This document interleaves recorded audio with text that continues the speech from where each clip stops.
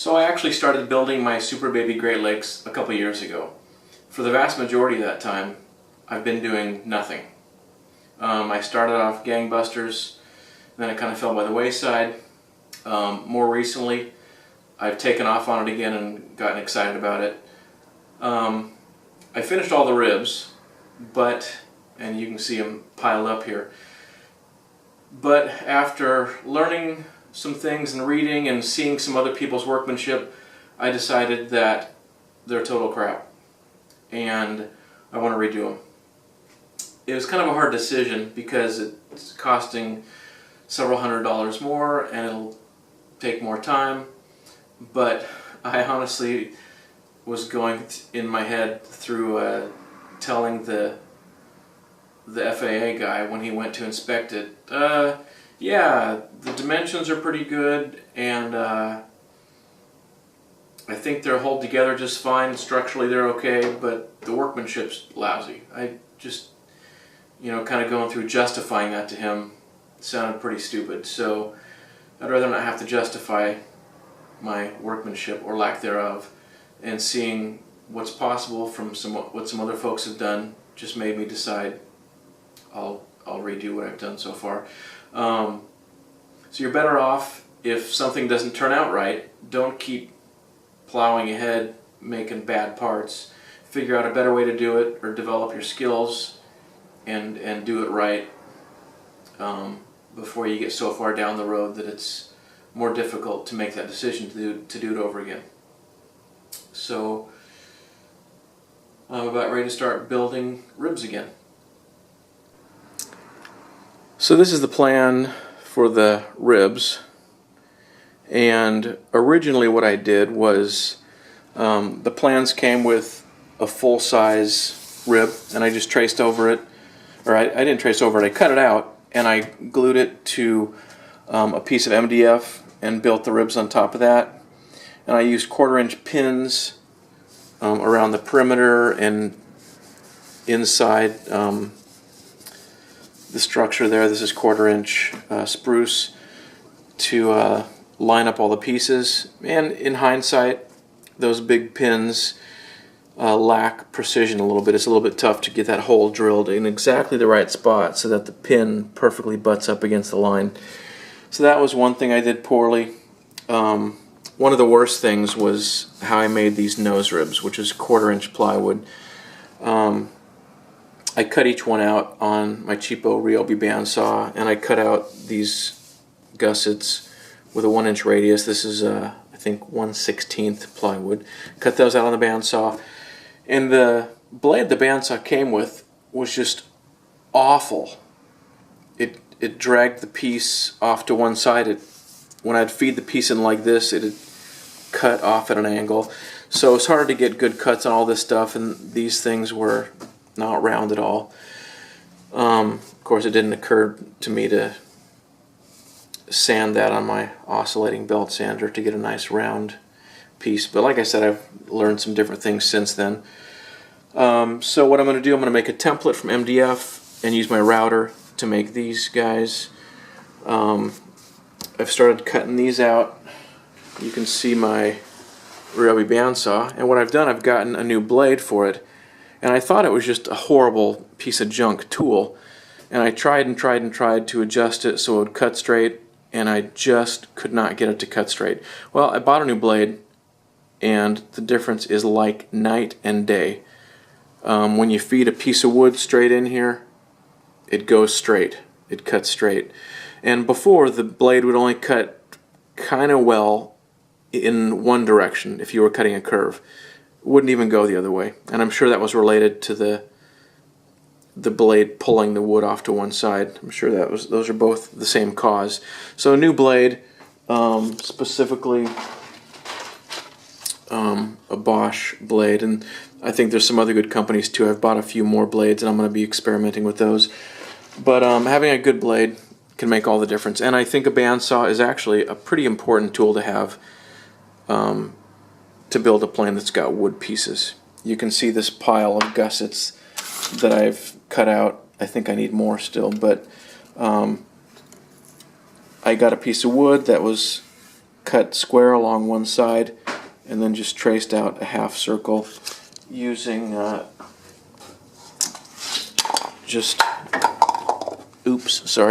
using this cup that sugar-free Jell-O came in.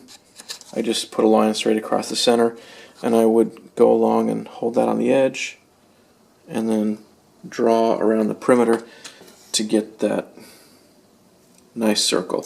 So I'm going to build a little jig, which again I saw another guy use, who's a much better woodworker than I am, and he just sanded that off until it's a perfect half circle. So I'm going to do that with all these guys. So it's good workmanship. And there's some other things that I'll mention as I go along that are also better workmanship than I used before. So got a lot of these to sand down, and then I'll put little aircraft nails in here and here. And when I epoxy this to the 1/4 inch spruce material to build up the rib, those nails will hold the piece in place firmly while the epoxy cures. That's all the nails are for. The nails don't hold the plane together. And the nails are used in a variety of places, but they don't hold anything together. They just hold the pieces tight together while the epoxy cures, so you get a good solid joint. So this time around, I guess as much as anything, since I destroyed the other outline of the rib by using it with epoxy and so forth to build all the ribs, and it's kind of destroyed, I'm going by the measurements this time. So this is the chord line. It's a line that goes from the tip of the leading edge all the way back to the tip of the trailing edge. It's called the chord line, or the chord. When you hear someone talk about wing chord, they're just talking about the distance from the leading edge to the trailing edge. And then they go back, you see here, 1/8 of an inch. So here's the nose. And then 1/8 of an inch back, they give you a measurement. 1/8 of an inch back, they give you a measurement. Then it goes to a quarter, half inch, 1 inch, and then back here, 2 inches between measurements. And for each measurement then, for each one of those distances, so when you go back this first distance, that point is 430 thousandths. The next point on the top of the wing, which is 1/8 of an inch further back, so a 1/4 inch back from the nose, is 590 thousandths. So I just drew the chord line and then went and measured each one of these and put a mark on the wing. And for that I used this wonderful micrometer.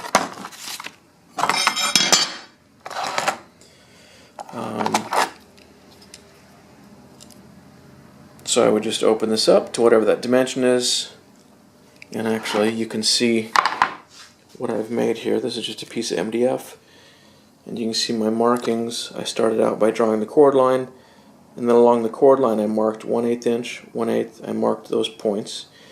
Then I took my speed square and just drew vertical lines that corresponded to each point that I drew there. Then I went back all along the bottom and all along the top and put a little mark where each measurement goes. Then I just connected all those. I realized that it's not a curve the way I've done it because it's a straight line between adjacent marks, but when I stretch a spruce piece over this, for example, when I build the jig, or as I continue to build this jig, it'll make a nice curve. And what I'll do is, as I make the template for the nose piece, which I'm going to make out of MDF as well, I'm going to make it a little oversized and then just sand it down little by little on my oscillating spindle or belt sander, and so that also will have a nice curve to it. These are actual pieces of the spars, and I just cut a little section out and attached it here. And that's a section of the rear spar. That's 3/4 of an inch thick. The main spar is an inch thick, and I just secured those in place. And I'll build the rib around those so that the spar openings are aligned perfectly on every rib. And so I'm going to start out by just cutting out a chunk of this MDF, which is a little bigger. This is one of the nose pieces that I began to cut out the first time I built the ribs. And so I know that this line here is plenty big. I'll just take my jigsaw, cut that out, and then on this piece of wood, I'm going to draw all these lines again from the plans. And then I'll take the bandsaw and cut just outside this line that I'll draw. And I'll finish it on the oscillating belt sander to get a really nice shape. So here's the 3/4 inch MDF that I need to draw a good outline of the nose rib on. First, so this will be the rear of it.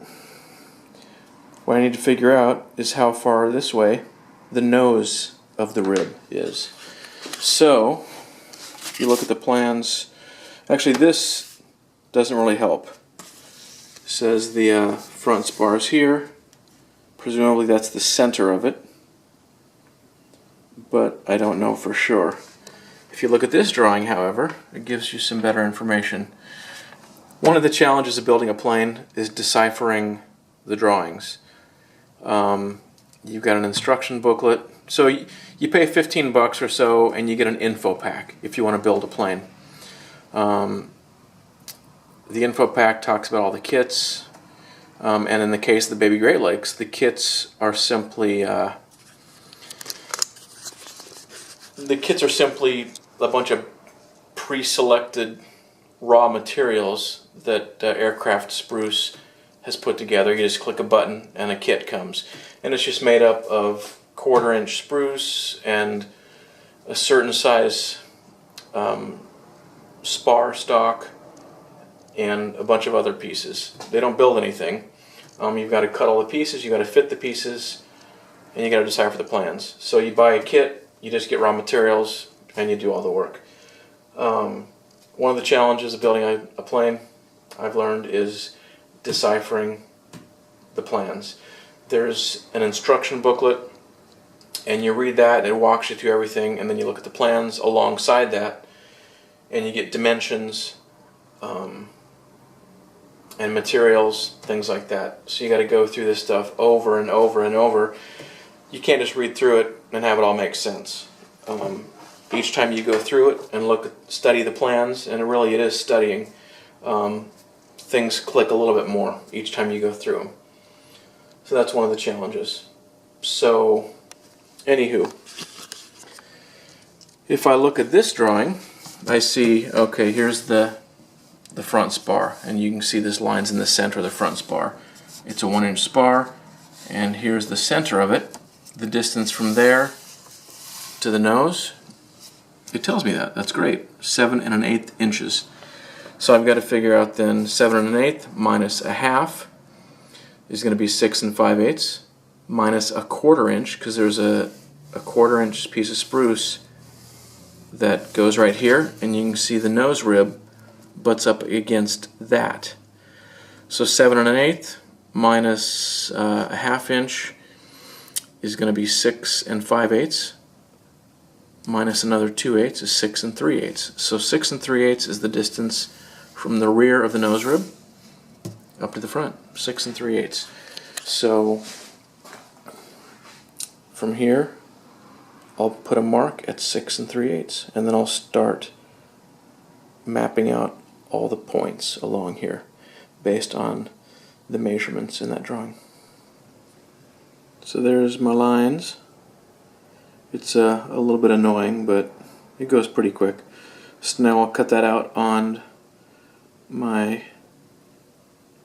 bandsaw, which has new life in it, thanks to a new blade.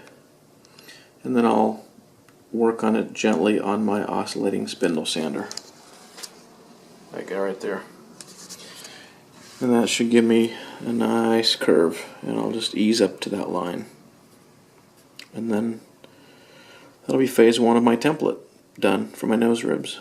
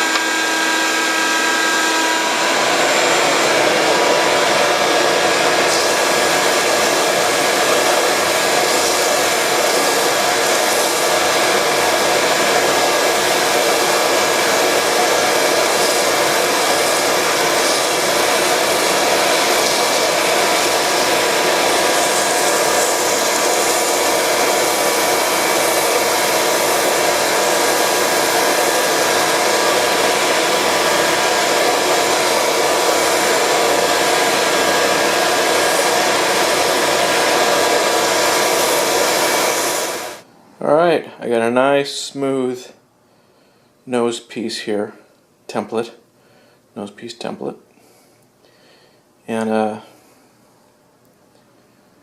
there's a little more work to do on it. Well, maybe not initially, we'll see. There's a number of other things that have to be cut into the nose piece, not just the outline of it. So we will do some more next time.